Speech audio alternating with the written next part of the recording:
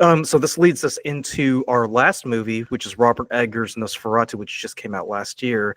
Now, I was going to say because I'd seen Werner Herzog's 1979 classic, and and the Herzog version is a bit more. It's more of a closet drama, really. It's not as expansive here. It's like Robert Eggers just takes what Herzog did and dials it up to 13, right?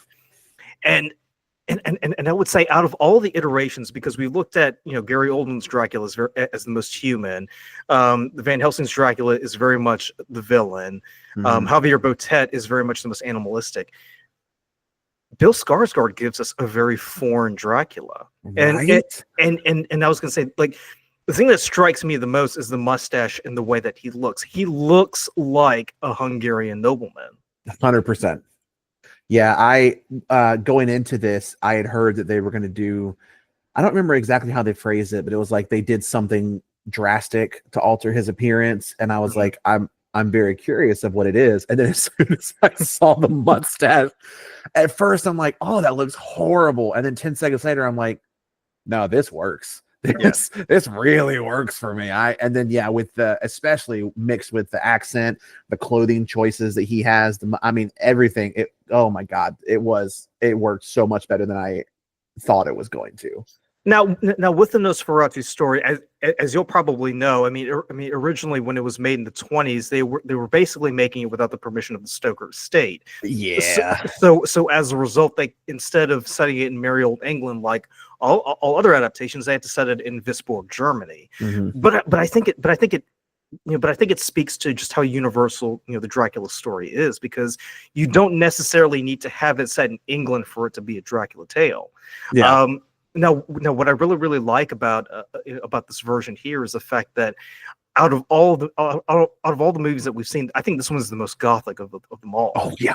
Oh God, yeah. I mean, Bradley, you and I could go hours and hours just talking about the aesthetics of it. But I will say, like, everything from the way that the dress, the lighting, the shots, everything, it's very much natural lighting. You don't get the sense that there's anything Hollywood about it, if I can use that phrase.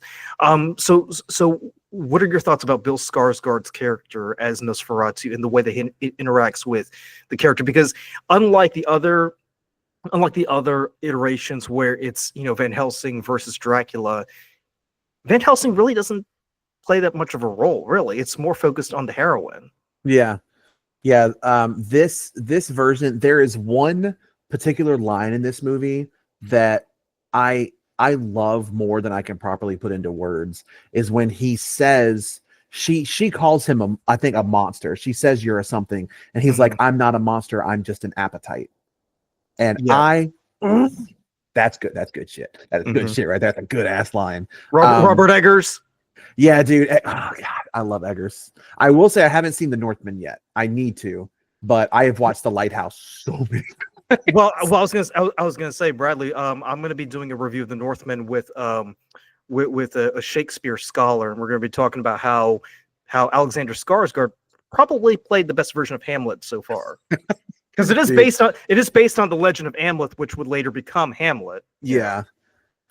This first off, I'm very excited for that.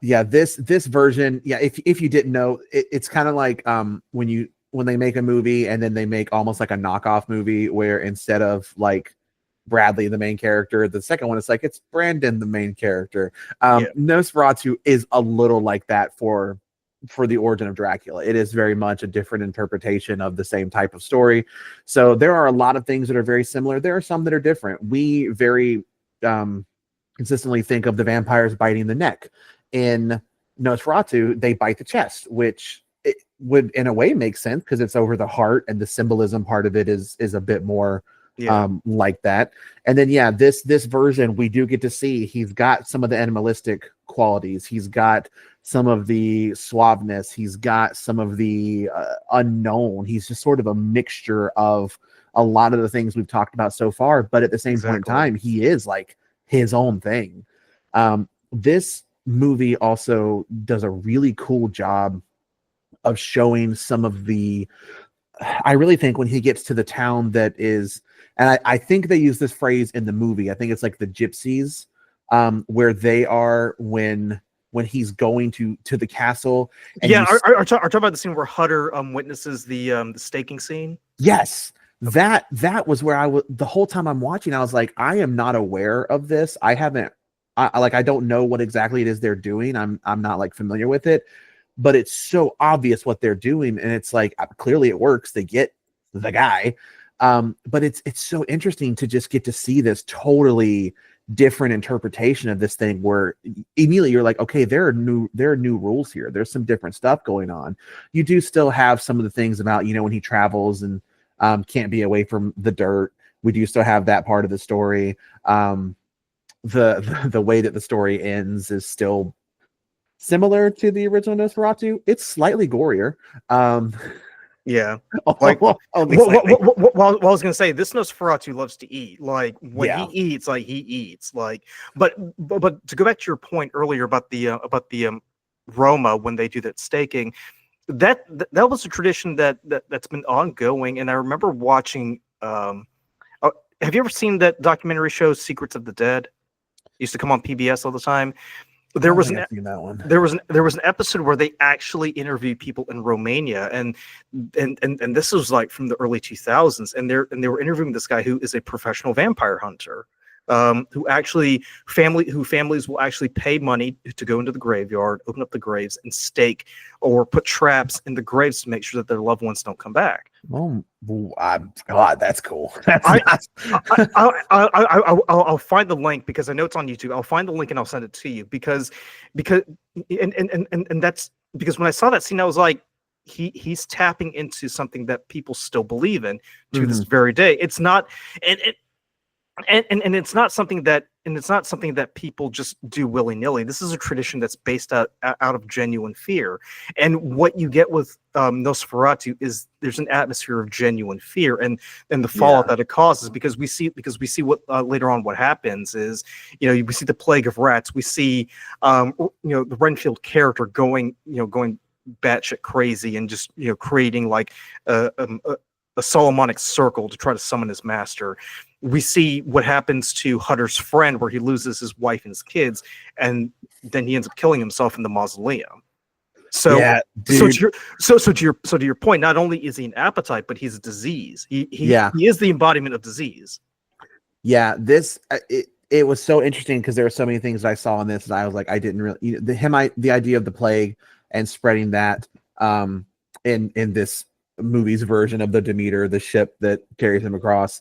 I thought that was really interesting. Yeah, his friend, Jesus, dude, this movie's got some seriously horrific shit in it. When his friend's wife has the rats that are like gnawing on her. Oh God. Oh no. And then okay, this is gonna sound fucked up at first, but I love horror movies. There are a few taboos that you don't tend to break, and every time a movie does, I have to respect it. If you kill a kid in your movie, there's a certain level that I'm like, I have to respect that, because that is not something you do very often. Man, this movie kills some kids. I mean, like straight up. Well, to be fair, I mean, in Bram Stoker's Dracula, you see a baby get eaten, and then we see Toby in Last Voyage of the Demeter kind of get bitten as well, right? Yeah. But to your point, I mean, what we see in Nosferatu, that's like, I mean, it just takes it to a whole nother level, and you're like, yeah, this is. Yeah, when they open the door and you see him with the kid, you're like, oh, he's gonna save. Oh no, shit, that kid's dead. Oh my God, never mind. Both of them, by the way, both of them. Yeah, both kids. The one, God, man, this dude. There are so many moments in Nosferatu. The when Hutter is going to the castle and the carriage meets him in the woods. That is one of the best shots I've ever seen in a movie. Oh, it totally. Was stunning. I just could not get over how good that looked. The image of his hand, the shadow going out over the city. I'm like, this is so fucking cool, man. If there is one thing that Eggers just gets unbelievably well, it is just like the symbols and the imagery. He just nails it. I mean, but that's the thing, because I think out of all the directors, I think Eggers is the one who truly appreciates and understands the vampiric lore, and more specifically, the lore of Dracula. Yeah. And I will give him props because because instead of making another Dracula adaptation, he adapts Nosferatu, and I think that works well for him because it gives him a bit more freedom, a bit more license to kind of explore things in a way that the other Dracula directors haven't, right? Yeah, that's fair, because a lot of other ones, it's if they are either going to go with what we know and then it's familiar, or they're going to intentionally try to go against what we know to make something more unique. Whereas when you've got a character more like Nosferatu, you automatically got a lot more freedom because he's not as iconic as Dracula. Not as many people know about Orlok. Not as many people are super familiar. So you automatically get a lot more freedom with, yes, he is a vampire. Yes, we know a lot of things about vampires, but Eggers still gets all of this freedom to play with what he wants to play with. Certain parts of lore he really wants to show, and other parts he wants to be like, well, you thought this may have been a Dracula character, but really I'm going to do it this way instead. Right, but it's still, but the story beats and the way the character interacts, it's still familiar to us, even if it's not, Dracula in name. So I want to go ahead and bring this discussion to a conclusion, because, like I said, we can go on for hours and hours. But the only other one thing I wanted to add, I had to look up the character's name. Freaking Willem Dafoe in this movie as, no wonder I didn't remember his name, Alvin Eberhard von Franz. He is one of the greatest characters in the history of cinema, because this dude smokes a lot of opium, he loves his cats, and the scene towards the end where like they're setting the ground on fire and he's like laughing maniacally while the fires rage and the rats go around him, I'm like, dude, Willem Dafoe is having the time of his life in this movie. Well, that's the thing, because whereas Hugh Jackman gives us a very rational, action-packed, Van Helsing, where we know, we can root for him and we know what his mission is. With Von Franz, you don't really know what he's up to.